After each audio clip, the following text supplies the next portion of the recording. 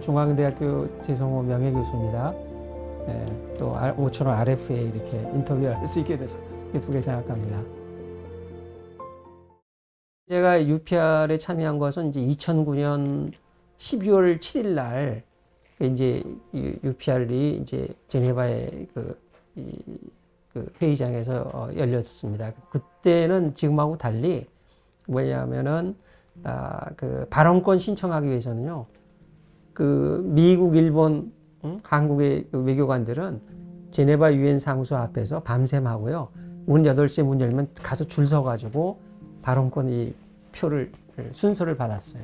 근데 이제 그때 북한은 북한에 인권 문제가 없다, 헌법이나 여러 가지 법령 같은 거, 제도는 잔뜩 설명하고, 그래서 뭐 굉장히 이제 그 자랑 비슷하게 인권 문제가 없다는 식으로 얘기를 하면서 뭐라고 얘기하냐면, 자기 북한을 상대로 해서 총회나 인권이사회에서 채택하는 북한 인권결의안은 인권을 정치화시키는 거다.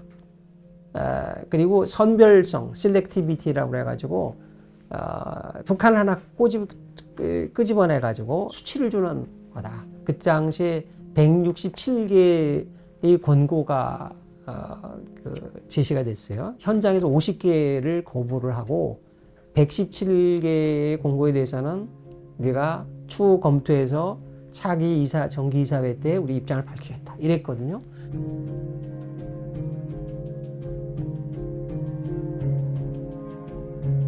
옛날과는 달리 요새는 그 UPR 과정에서 우리나라가 발언하는 시간이 굉장히 짧습니다. 그래서 지난 1월에 있었던 중국 인권 UPR 때는 45초만 발언한 거로 알고 있는데, 한 서너 가지 정도만 압축적으로 발언할 수밖에 없을 거다 이렇게 생각이 되고요.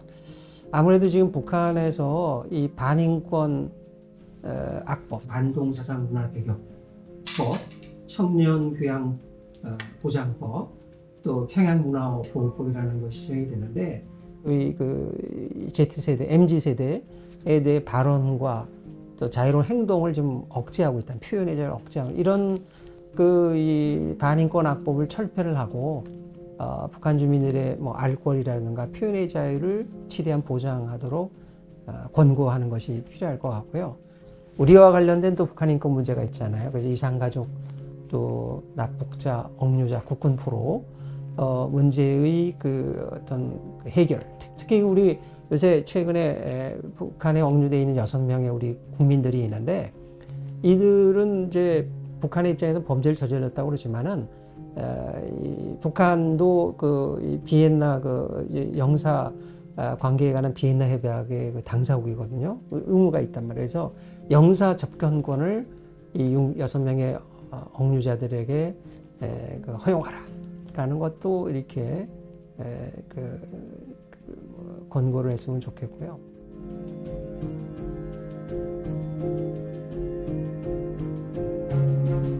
우리가 그거를 여러 가지 증거자를 확보하는 거죠. 북한 스스로 인정하는 문헌, 그 안에서 공개 보고서 같은 데도 슬쩍슬쩍 넘어가면서 발언 언급이 나오잖아요. 또 탈북자의 증언도 있고, 이런 것들을 통해서 우리가 체계적으로 증거를 수집해가지고 지적을 하고 개선을 촉구하고 또 압박을 해야죠. 우리가 한 번에 갖고는 안 되기 때문에 지속적으로 해야 됩니다.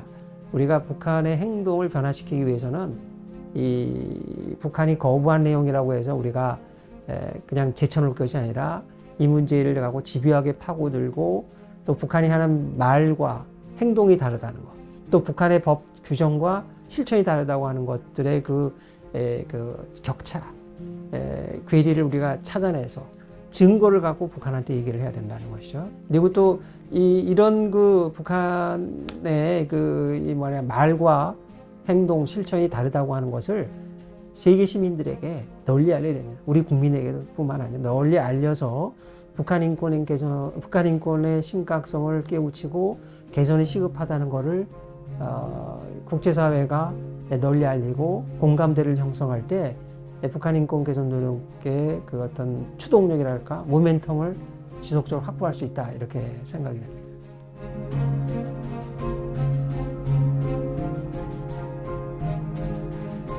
실마리가 있다라고 단정적으로 말할 수는 없지만, 현재 그 남북 관계 상황에 그걸 고려해서 인권 문제를 후순위에 둔다. 이거는 옳지 않다 이거죠. 여러 가지 저는 심리전적인 요소도 있다고 봅니다. 그래서 북한의 도발이 있고 또 대남 강경 자세를 취할 때 우리가 위축되어서는 안 된다. 안보 문제는 안보로 대응하는 거죠.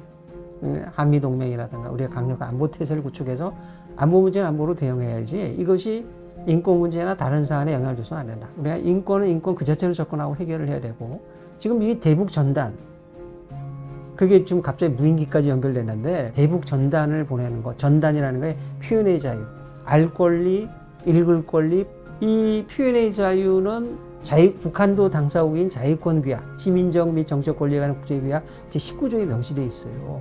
그러면 북한에 대해서 너희들 이거 보장해야 되는 것이 아니야 라고 하는 얘기를 할 수 있어야 되죠. 그래서 이럴 때일수록 우리가 북한의 입장과 한국의 입장이 서로 다르니까 만나서 대화해야죠. 전쟁 중에도 대화하고 협상하고 막후에 협상하는 것이 이것이 국제적인 경험이 역사인데 남북한이 언제까지 이럴 수는 없다고 저는 생각합니다.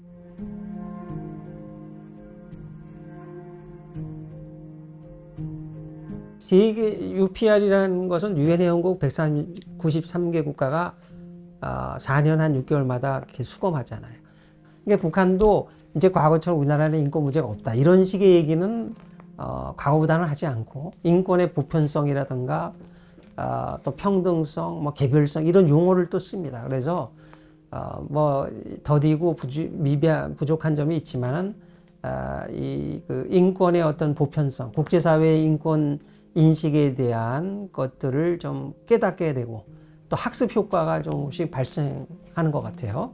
그런 점은 이제 긍정적인 면이 있고 또 그동안에 이제 그 UPR을 거치면서 북한이 몇 가지 또 국제인권 조약에 또 가입도 했습니다. 대외적 홍보용이긴 하지만 기구도 만들었고요.